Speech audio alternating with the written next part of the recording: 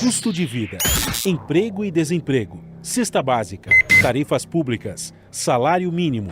Agora, na Brasil Atual, a análise do DIEESE. Nós vamos fazer contato agora com o diretor técnico do DIEESE, Fausto Augusto Júnior. Bom dia, Fausto. Bom dia, Glauco. Bom dia a todos. Fausto, a PNAD Covid, que foi divulgada pelo IBGE, mostra que o recorde de desemprego registrado em setembro atinge principalmente mulheres, negros, jovens e nordestinos.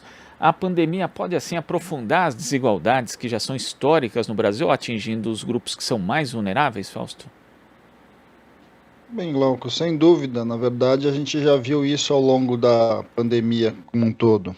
Ao longo da pandemia, o que a gente viu foi que os mais vulneráveis do mercado de trabalho foram aqueles que de fato perderam o emprego, tiveram mais dificuldades ali para constituir a sua renda para enfrentar a pandemia. E agora, né, nesse caminho aí que a gente está vendo a escalada do desemprego no índice propriamente dito, isso está se verificando. Essa é a última, né? Vai ser a primeira PNAD Covid mensal. A partir de agora a gente não vai ter mais os dados semanais da PNAD Covid. E ela vai nos mostrando, né, que vai consolidando o número aí na casa dos 14 milhões de desempregados, dos quais a gente já vinha falando que, de certo modo, é um número que já parecia subestimado, uma vez que um conjunto grande de pessoas tinha saído do mercado de trabalho. A taxa de desemprego é uma taxa medida a partir, né, da entrada e da saída de pessoas no mercado de trabalho, ou seja, aquela pessoa que não está ocupada, mas está procurando emprego ativamente. A pandemia retirou essas pessoas em grande medida, as pessoas ficaram no chamado isolamento social, não tinham muitas vezes nem como buscar emprego e agora retornam a buscar emprego. E aí você vai explicitando cada vez mais essa taxa, explicitando cada vez mais as mazelas que a gente tem em relação ao desemprego. Na verdade, ela expressa muito do que nós somos, né, qual sociedade que nós somos. A taxa de desemprego é maior entre as mulheres, é maior entre as mulheres negras, é maior entre os jovens, é maior entre aqueles que não têm o nível médio completo, não têm o nível superior, ou seja, é a amostra real, de certo modo, de como que é a desigualdade no nosso país. E quando a gente vê, né, você falou a respeito das mulheres, Fausto, a taxa de desocupação chegou a 16,9% em setembro, maior que a dos homens, que é de 11,8%. Né? Em agosto, essa taxa de desocupação era de 16,2%. Bom, historicamente, a taxa de desocupação é maior entre as mulheres do que entre os homens, mas a pandemia acabou afetando ainda mais, aumentando ainda mais essa distância. E quando a gente vê que elas foram justamente mais sobrecarregadas por conta do acúmulo das atividades do trabalho doméstico junto com o trabalho regular, quer dizer, é uma situação que preocupa e mereceria também a atenção de políticas específicas, Fausto. Bem, aí nós temos duas coisas diferentes, né? Uma questão é você precisa ter, de fato, política ativa para a reinserção e para a redução da taxa de desemprego no geral. E você precisa focar políticas para determinados segmentos. No caso das mulheres ainda, o que a pandemia demonstrou, né, ficou muito claro, é a questão da dupla, tripla jornada, né? Como um agravante, né, no caso da pandemia, o que a gente viu foi que essas duplas jornadas, essas triplas jornadas, elas muitas vezes acabam acontecendo quase que instantaneamente, né? Ou seja, esse cuidar do lar, esse cuidar do trabalho, ele foi se acumulando, colocando para nós uma discussão já há algum tempo bastante relevante, que é como é que nós encaramos o chamado trabalho reprodutivo, né? Ou seja, aquele trabalho que não é remunerado, mas ele faz com que, é ele que de fato roda, faz com que a sociedade continue caminhando dentro das suas casas e dos seus lares. Enfim, é o trabalho cotidiano que muitas vezes ele é subestimado, muitas vezes ele é sequer lembrado, mas ele é muito relevante. É um dado também importante, né, Glauco, que a gente viu nessa pandemia, que entre as domésticas, né, entre o trabalho doméstico, foi um trabalho bastante atingido. A taxa de desemprego subiu muito entre as domésticas, muitas das domésticas saíram do mercado de trabalho, né, muitos trabalhadores domésticos em geral, na sua grande maioria, nós estamos falando de mulheres, e que de fato sofreram muito nesse processo. E aí, essa é uma pergunta, inclusive, nós não sabemos até que ponto o trabalho doméstico voltará ao patamar anterior da própria pandemia, uma vez que houve uma mudança, muitas vezes até na lógica, na estrutura da organização das famílias, ao mesmo tempo que a gente está assistindo uma redução real do valor da renda média das famílias, e aí, diferentemente de outros momentos, você tem de fato uma quebra aí do ponto de vista desse trabalho. Vamos assistir ainda, né, nós ainda estamos em pandemia, as coisas começaram a voltar a uma certa normalidade, mas a gente vê aí a tal da segunda onda na Europa, que coloca outros desafios para a gente, mas vai ficando cada vez mais claro que a gente precisa ter um olhar mais cuidadoso em relação a alguns segmentos por dentro do mercado de trabalho. A questão da mulher é uma delas, a questão do negro é outra, a questão do jovem é outra. E o do jovem nos chama atenção, Glauco, porque nós estamos falando sempre no ingresso do mercado de trabalho, né? Sempre nessa transição escola-empresa, né?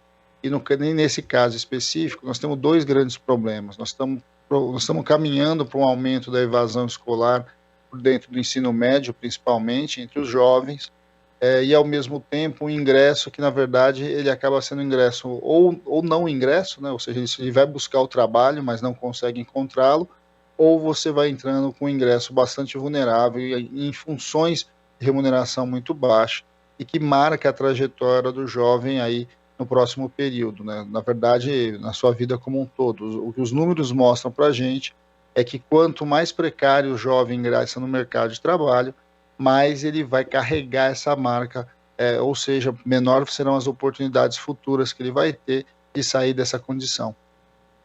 Agora, Fausto, a gente tem sempre conversado aqui a respeito da necessidade do Estado, do poder público, de uma forma geral, intervir, né, justamente durante a pandemia para que o mercado de trabalho possa ser reaquecido, para que o trabalhador possa ter mais segurança e renda. E na semana passada nós tivemos o governo revogando 48 portarias, assinando uma nova norma regulamentadora de saúde e segurança do agronegócio, afetando inclusive áreas como segurança do trabalho. Como é que você viu essa revogação e também o que muda exatamente com isso, Fausto?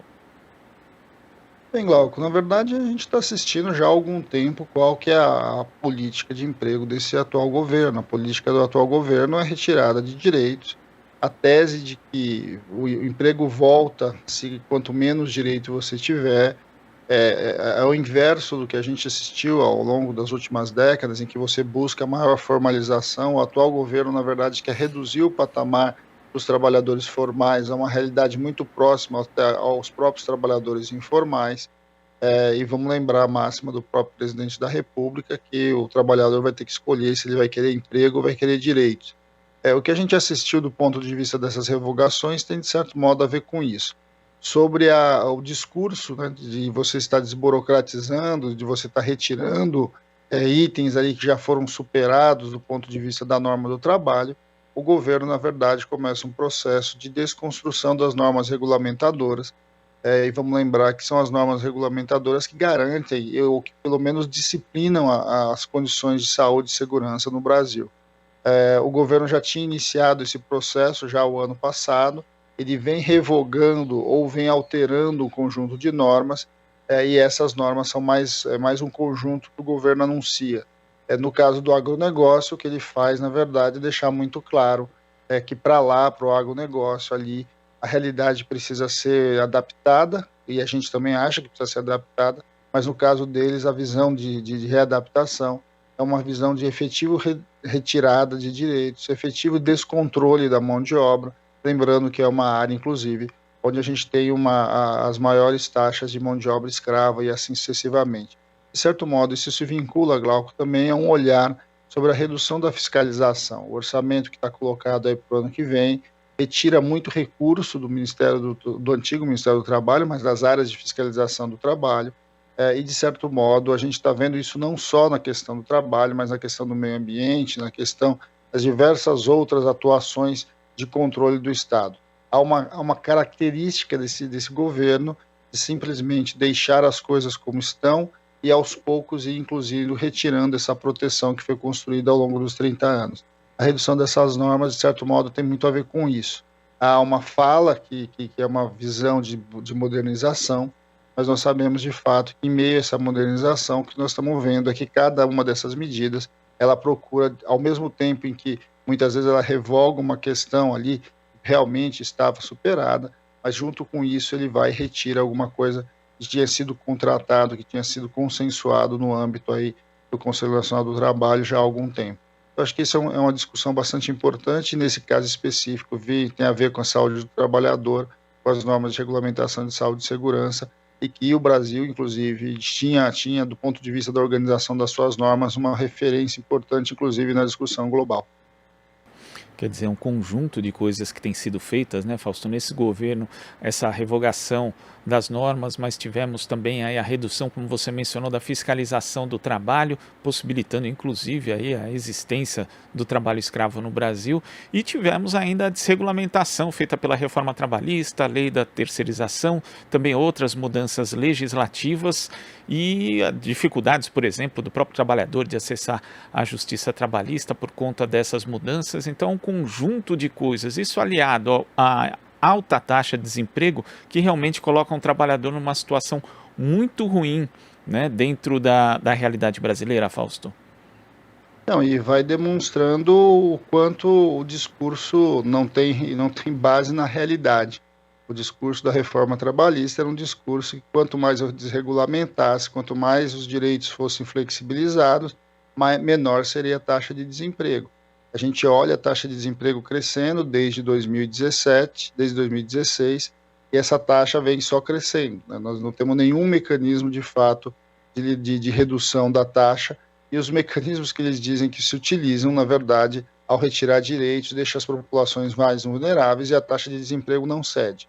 Ou seja, é um discurso falso, mas é um discurso que, de certo modo, ele vai funcionando para justificar a não ação do governo em relação a uma política ativa de geração de emprego. E, ao mesmo tempo, você vai vendo uma precarização cada vez maior do mercado de trabalho. Esse é o cenário que nós temos hoje, Glauco.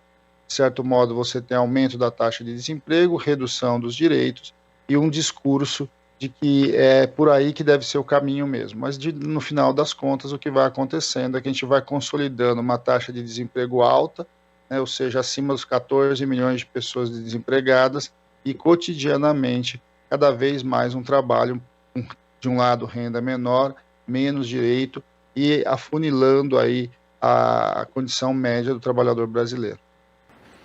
Tá certo, Fausto. Muito obrigado pela sua participação aqui no Jornal Brasil Atual e até a próxima. Bom dia a todos, Glauco, até a próxima. Bom dia. Conversamos aqui com o diretor técnico do Diese, Fausto Augusto Júnior.